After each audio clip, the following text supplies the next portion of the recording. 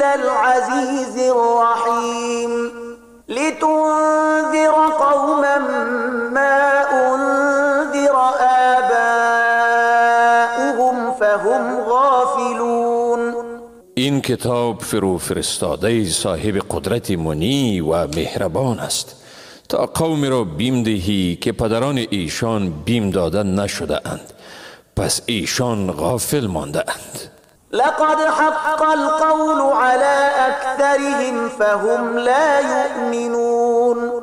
بیگمان حکم عذاب بر بیشتر ایشان ثابت شده است که ایشان ایمان نمی آرند.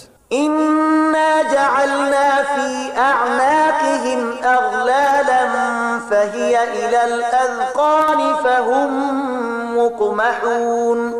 ما به گردنشان طوق انداختیم که تا زنخشان رسید و از این رو